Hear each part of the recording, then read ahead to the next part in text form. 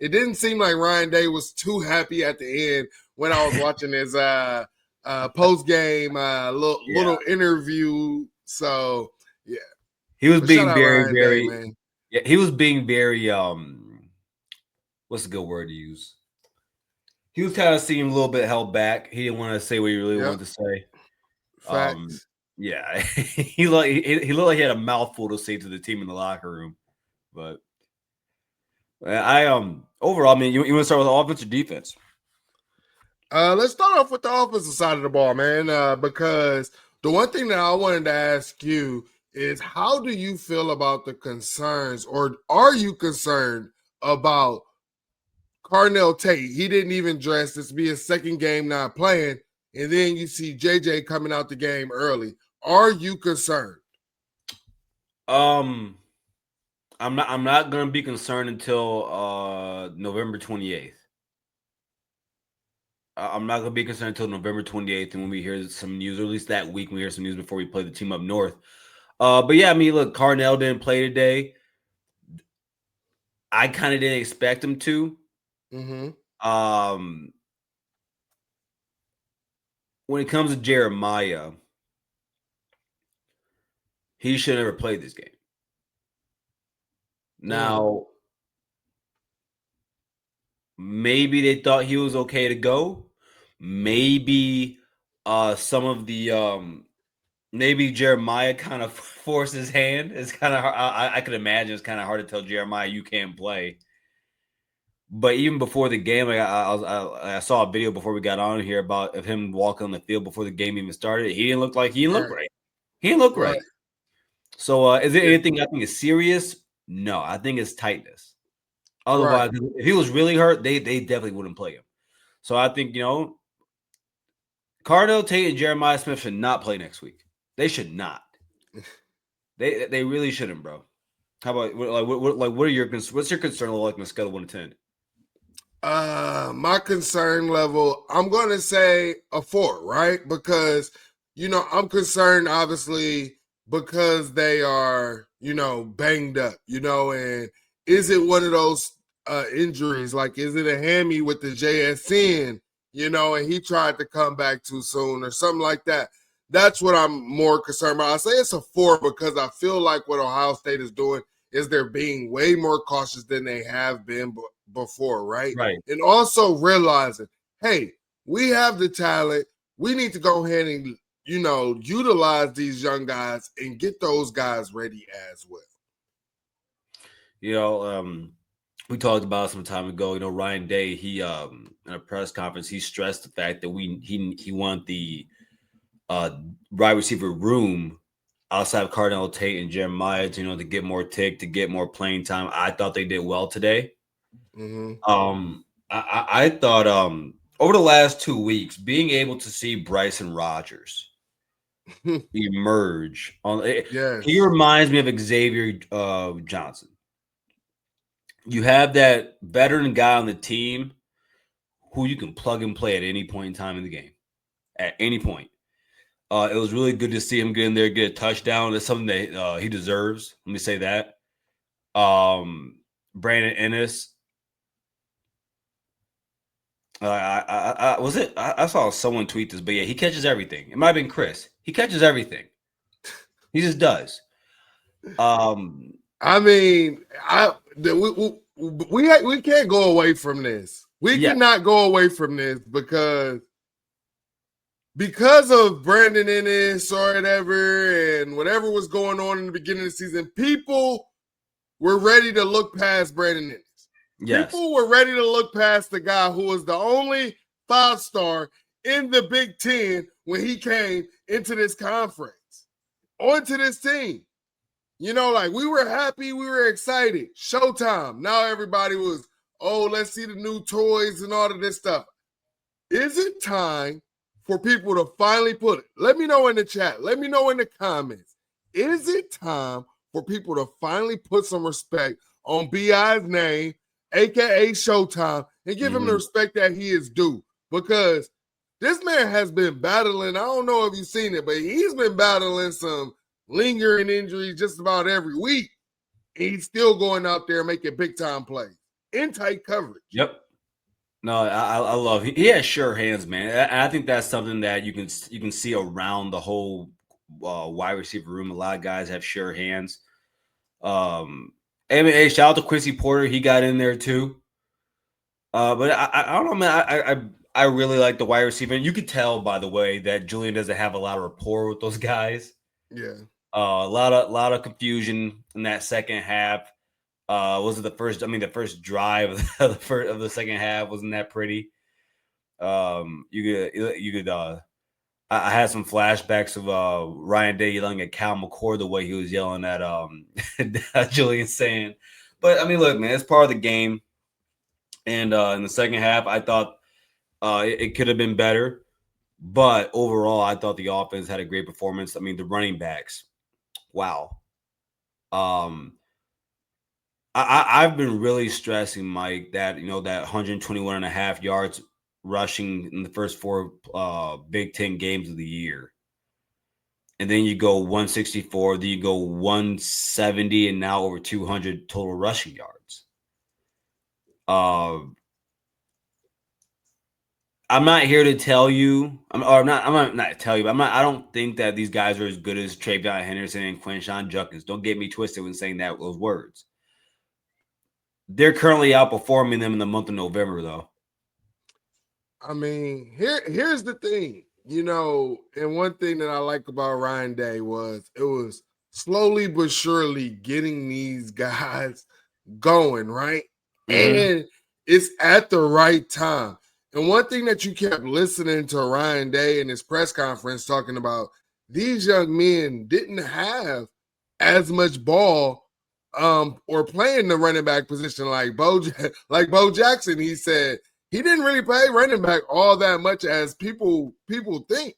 Right. So a lot of this is development and bringing these guys along over time. So, I mean, shout out to Coach Locke, man, for real, what he has done to be able to say, hey, I can go ahead and bring you 2 freshmen and they can go ahead and be your bell cow. I don't think that is being talked about enough of what Coach Locke is doing. I know that some people had criticism of Coach Locke because of C.J. Donaldson and, James Peoples earlier on, but you're also starting to see James Peoples starting to figure it out and coming to his own as well.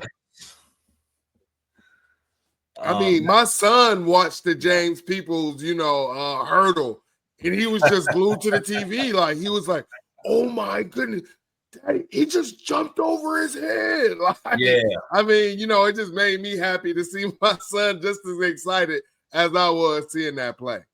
And Mike, I mean, one of the reasons, why we're so excited is because he has all the physical gifts. It's about, like, do you know where your blocks are? Can you set up your blocks? So you're making guys miss. Early in the beginning of the season, he couldn't do. He wasn't reading blocks.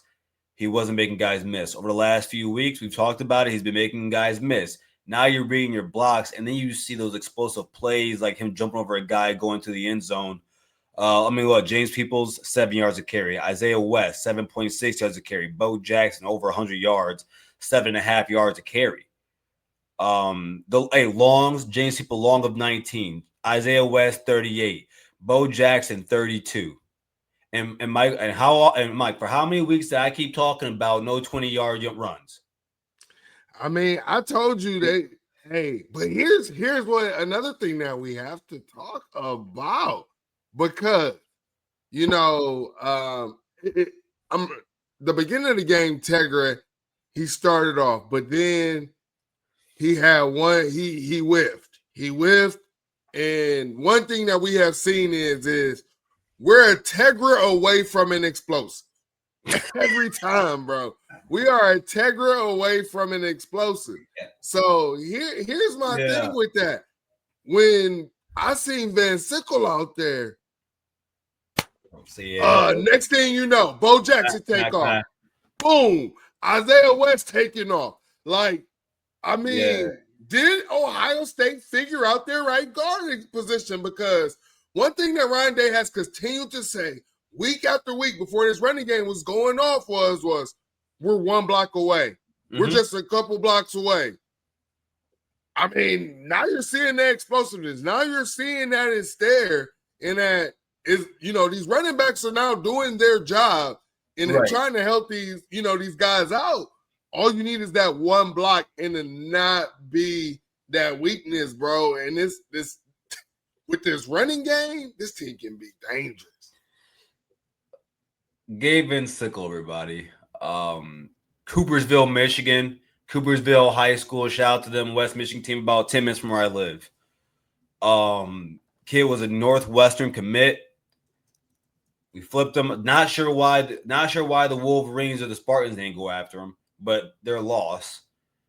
So I do have a type of attachment to this kid because I do like seeing guys from my state, especially from my area, succeed. And I mean, weeks ago, actually probably a month ago, I said, Josh Padilla and Gabriel Sickle should be the only person getting first team snaps at right guard. Now Padilla, he played pretty all right when he got a chance to play. He would have some snafus, I guess you could say, but he would play good here and there. But that boy Gavin Sickle, and let me tell you this, Mike. So let me tell you what. So last year, there was a kid from my high school, 2-star recruit, ended up going play defensive tackle for Grand Valley State now. And when Gavin Sickle committed to Ohio State, we and him were talking about it because he got to play against him. And he told me, it was about a year ago, he said, man, Gavin, he said he's big and nasty. Like he's a good kid, but like on that football field, not the type of dude. He's like a Luke. He's a Luke Montgomery. He's a good kid, not the guy you want to mess with. Hey, my wife was watching the game and she saw Luke. She saw Luke getting dirty with somebody. She said, "Damn!" I was like, "Man, that's the old lineman that we interviewed on the show." I was like, "That's what he's known for." And then you start hearing the commentators, and that's what they started talking about. That's what Luke does, man. I mean, and it's just amazing because I think that they had just put out like the talk and walk little thing or whatever. Mm-hmm. And it's just good to see Luke Montgomery out there, still being a force. And if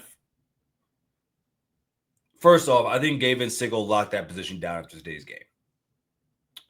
Definitely did. Because there's no one else. I would challenge Tyler Bowen and Ryan Day to tell me the game in which another right guard this year outperformed Gavin Sickle today. Phillip Daniels, like, does he have his problems sometimes? Yeah, but I mean, he's just a mean guy. He's really athletic. I think they're okay with that at right tackle. And it's his first year at Ohio State. His first year ever starting, like full-blown start for a full season. It's the first time he's ever done that. I think last year he only started 2 or 3 games for Minnesota. So yeah, Mike, if this run game, man, can and actually you tweeted it out earlier. I saw that when you said I think we found our right guard. Yeah, and if that's the case, Mike, and if the run game can continue to be like this. Because when your wide receivers are getting a little, they're not injured, when they get a little hurt, it pays off to have those boys at running back. It really does. I think Montana kind of is over here looking at our notes or whatever because he's talking about the Tegra situation. But one thing that me and you have talked about was the chemistry of the right side of the O-line and how. Phillip Daniels has looked bad, not always because of his own issues, right? Yeah. And then you see him go out there with Gavin Sickle, and it's looked like these guys been playing forever. The chemistry was good. They made each other look good. And now if you can just continue to go on that, go into Rutgers and build on this, and then actually, we ran for over 200 yards. You build on that and run for more than 200 yards or whatever. I love what we will have going into the Team Up North game. Yeah. And again, like overall, we haven't really touched on Julian Sand. I got nothing else to say about Julian. I'm happy with my quarterback. I mean, I will say this, man. Julian seemed a little bit frustrated, but I'll say I like the way he adjusted and how he handled it.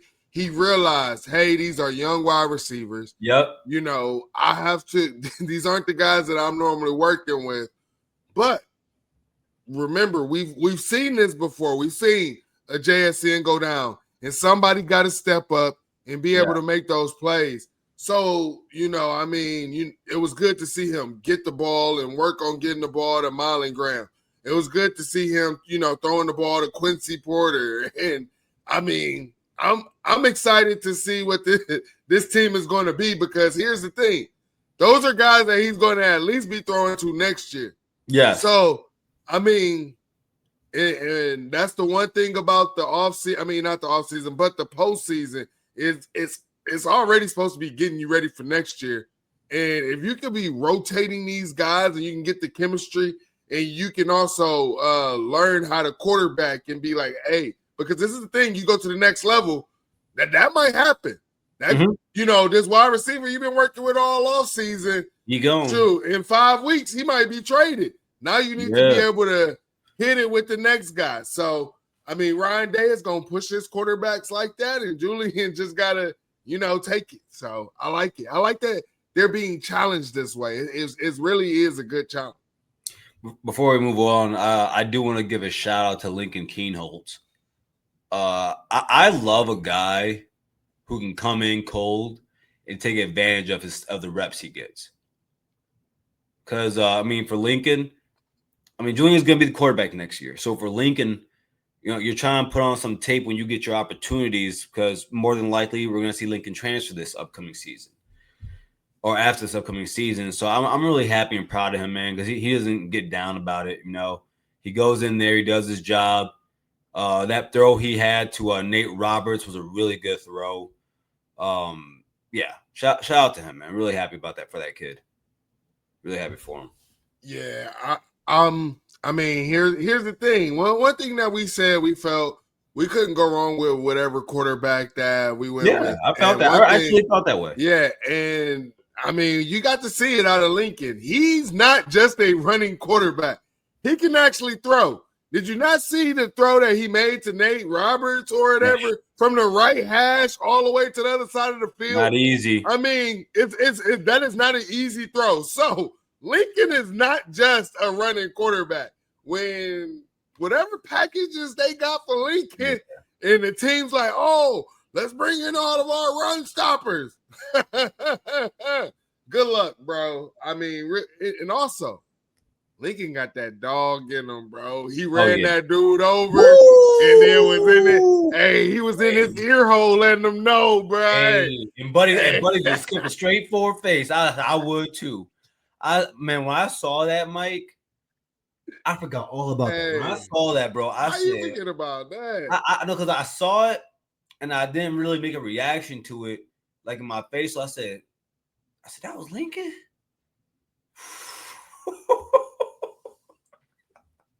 Yeah, that boy, he got a Dakota Heisman, baby. Dakota Heisman. And by the way, for everybody, if you didn't know already, everybody, you can go on to see our friends over at FanDuel. If you'd like to do all your betting, of course, participants must be 21 or older. If you have a gambling problem, please call 1-800-GAMBLER. Again, that is 1-800-GAMBLER. But if you use our affiliate code VOCFBOSU, you can go on Novig and check that out. Right, put that in, spend $5, get 100. Mike, I did do this. Shout out to our guy Juck from Juck on Bucks. He tweeted out earlier any prop bets. I said, pick the Ohio State over. I think it was 152 rushing yards. I said, take the over. Take it. UCLA can't stop the run, and we're on a heater. We are on a running heater right now, and it happened. Yeah, it's. Yeah, I'm proud of these guys. I mean, Bo Jackson averaging 7.5 yards, Isaiah West averaging 7.6 yards, James People averaging 7 yards a carry with 2 touchdowns. You had a long of 32 from Bo, a long of 38 from Isaiah West. I mean, a long of James People with 19 with the hurdle. I mean, you're seeing these guys coming to their own and into their form. And like I said, every week, this team, they're just building on what they are getting towards the bigger games, like this team up north game, stacking these days, and then they're going to put it all together. BTA, man. Well, shoot, man. Everybody, before we get to the second half of the show, quick message here from the Voice of College Football. College football is even more exciting when you've got some action on the line, and the games are even better when you're cashing in. And the Voice of College Football is the place to be to get the greatest value. Start with my picks. 75% against the money line, 58% against the spread, and I've got a 40-plus year track record. 11-0 in the college football playoff for me last year against the money line, 8-3 against the spread. And I'm just the warm-up act. Steve Merrill of Wager Talk is our ace in the hole, show stopper. 7 years with the Voice of College Football, over 30 years in the industry. Steve gives us analysis on all the big games, but you can't miss Steve's weekly under-the-radar pick.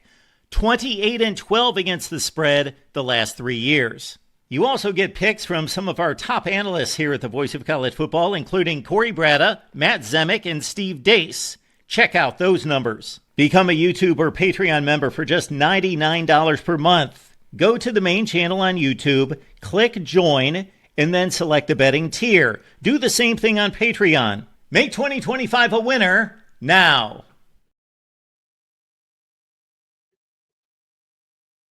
You're on mute, pal. What'd you say? You was on mute.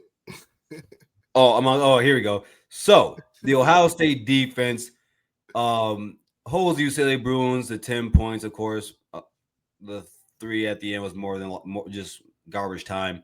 222 total yards, 154 passing, 16 of 23. Only give up 68 rushing yards, 2.7 per. No sacks forced, no turnovers forced, but just and of course Nico didn't play, but that wasn't going to do much anyways. Again, Ohio State goes out there, Mike, and just puts on another dominant defensive performance. Hey, that's what Matt Patricia does. But I will say this, because the standard is the standard, and we always have to have something to look for, right? Mm-hmm. I'll ask you this. Do you have concerns about our secondary? Not one Any bit. concerns? Okay. Because sometimes we get exploited. Sometimes it's like, man, I kind of wish we, play with a little bit more anticipation and you striking down. I will say shout out to Jalen McClain. I like the way how he read the quarterback and things like that. But I want to see that type of play out of, more guys. Like when, if you're going to be playing off and this guy sitting down, do you have that confidence that you can get down there or whatever? Mm-hmm.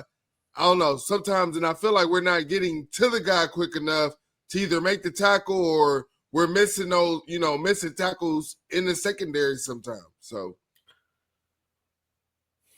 like the Rick Flores thing, man, like that's my thing. Yeah. Big explosive play. Can't let that happen. You can't let those type of things happen. As I said, DBs get beat. It happens. I think when you go, and also, we probably don't have a lot of tape on this quarterback, but also, when you go against a backup quarterback, you expect better out of your defense, especially against a team that mostly runs the ball and can't really pass it. And of course, we stopped the run, but they had a little bit of success passing the ball today. They picked on Devin Sanchez today. They picked on the mesh. Yeah, but I won't say it's just Devin Sanchez. I will say that that's something that it was a whole drive, though. It's okay, man. He's a freshman, and it happened. It was a whole drive. Yeah, you're right, but they got to work on that. There's some things in the coverage. Like one thing that I like our front seven. Cool. But one thing that we do need to work on is that back half. I think we need to get some things cleaned up, because when we go up against teams who are better suited and can pass the ball, those things can be exploited even more. And then we're sitting here like, hey, did we know that we could be exploited this way? That's my thing is, are we going to learn from it and are we going to make those adjustments? Yeah, and let me follow this up with what I'm talking about David Sanchez real quick. I want to follow that up with this. That's okay. It's fact. Okay. Big fact. Yeah, like it's I did like. I think they talked about the broadcast. I did like when he was playing press. The guy runs a drag. He didn't get picked off from the other receiver from UCLA. He went right over it, made the tackle. They still got the first down, but that could have been a bigger gain. So good job on him for that. I also thought that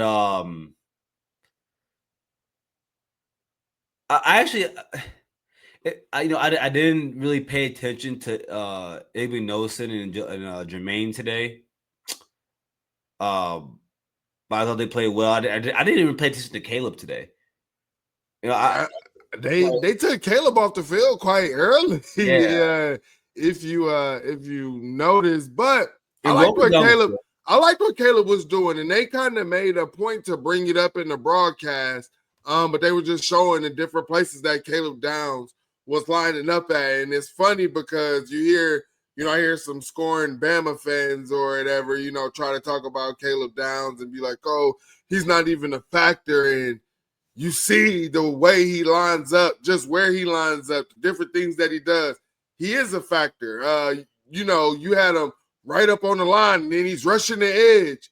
You don't know what this guy is doing. You don't know if he's going to be the slot defender. You don't know if he's going to be the outside defender. You don't know if he's playing the middle like he's a middle linebacker rover or whatever. You don't know. So, Caleb Downs and just watching him on the field is amazing. It's hard not to see him. It's hard not to watch him. It's hard not to watch like him, Sonny Styles, Arvell Reese. You have to know where they are on the field at all times. Like, and also K-Mac, man. Like, offensive coordinators, there's no way that they watch this film and then just be like, yeah, I'm about to have a good night's sleep. And by the way, the D-line, it's getting nastier. Getting scary, It's getting nastier. The way how fast they are getting to behind the line of scrimmage at times, it's crazy. You're talking about on a 3rd and short, you're like, oh, okay, they might get it. You brace for them getting the first down. Mm-hmm. No, Kenyatta Jackson said, I'm going to get myself off the field. Yeah. Blows right by him and makes the tackle. And then, I know they got Will Smith Jr., but he got in the backfield so fast.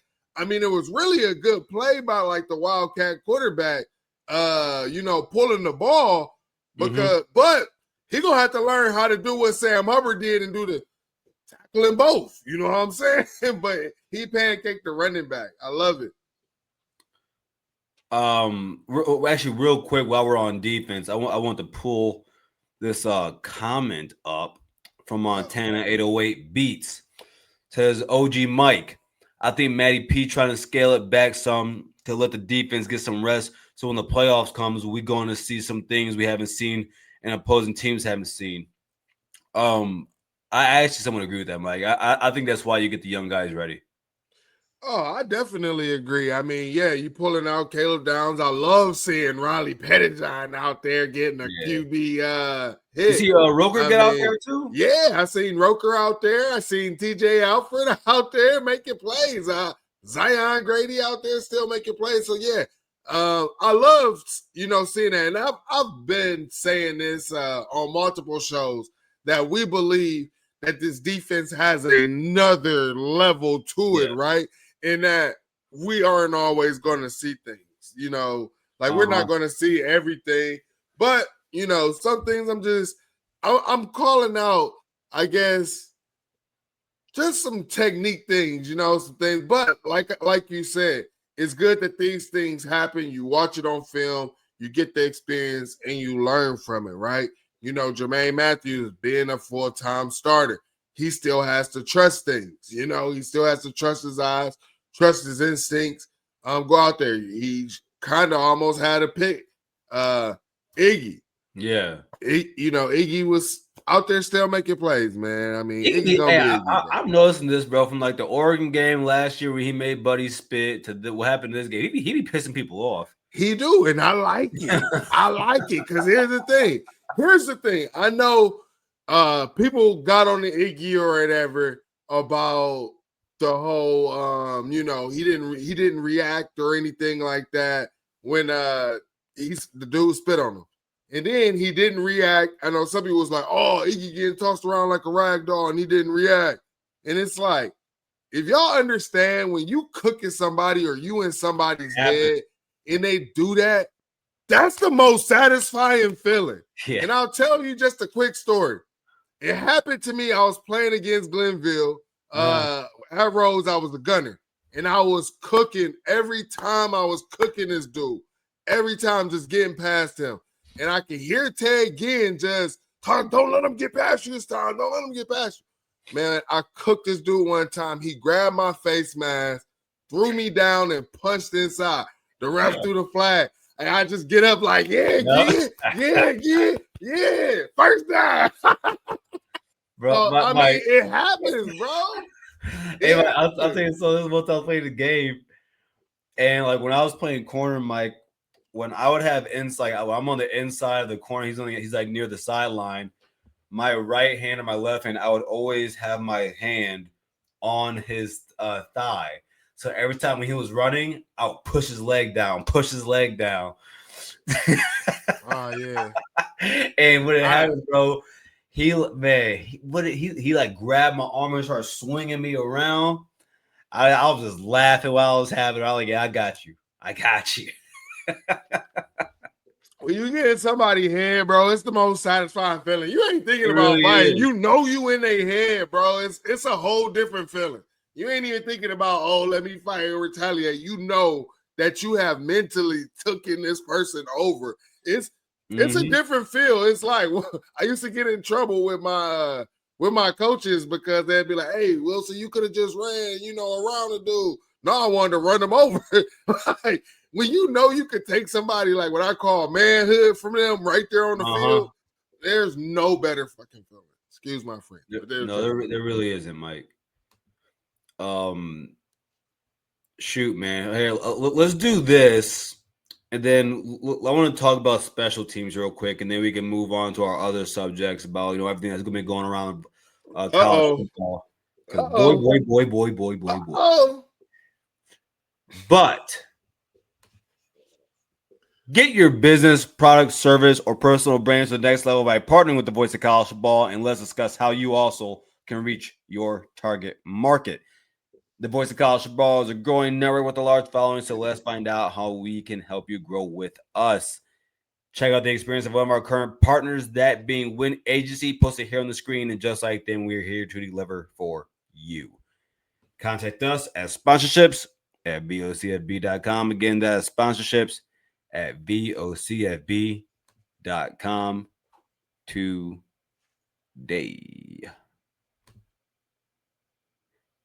Lorenzo stops like a kick return back, damn it. Oh, first time since 2005. Mike, so let me break this down to you real quick. Oh. So I'm leaving work. And I see people like celebrating Lorenzo. And I'm like, what just happened? I'm like, UCLA just scored. So I'm like, oh my God. So I go on my phone, go to the YouTube app, hit that 15-second button a few times, and I saw him put on the burners. And in that moment I said, oh, we have our kick returner. We have him. I have not seen him move that fast since he was at Notre Dame. Yeah. That's the last time I seen him move that fast. But you know what is so beautiful about this? The last time it happened was in 2005 when Ted Ginn Jr. did it. Cleveland guy, And then the next time it happens, it's an Ohio guy from Central Ohio, right down the road, right in his hometown, right in his area, taking it for 102 yards. Man, that's 102 yards. And nobody was catching up to him either. Boy, man, I mean, Ryan Day talked about that at the end of the game. Talked about they have been working really hard on that. It's just good. My thing is the curse. Is the curse now broken? We've seen last year we got our punt return. Now we got our kick return. Is there more to come? I mean, you talk about you've talked about the new guys we got coming in. I've seen other people talk about like the new recruits we got coming in. We got some speed coming in. Are we going to use this going forward? I hope so. I will hope so. No, but man, shout out to him. Fielding, man, hits a 41-yarder today, 2 for 2 in field goal. I mean, this is after last week. He hit a 49-yarder, which when he kicked it, Mike, he almost missed it, but when he kicked it, I had no faith in it. But I want to give him some props because I think that this year he's been really good. I think he's been really good. And I think that last year in the playoff when he had to kick some field goals, that gave him some confidence, and it has turned over into this season also. Of course, the punting can be better. You know, it's funny. After the game, Mike, I'm watching the Ryan Day interview, and I see Nick McLarty walk behind him. I'm like, what is your big ass doing on the team right now? Man, you know, I was caping for him, bro. But I was too. But yeah, I heard that. Yeah, that ain't it right now. He still got some development to do. Big leg, but yeah, he got some development to do. Yeah, but shout out to them, man. It's really nice to see. Of course, the offense could have been better, but what are you gonna do? Complain about dropping 41 points?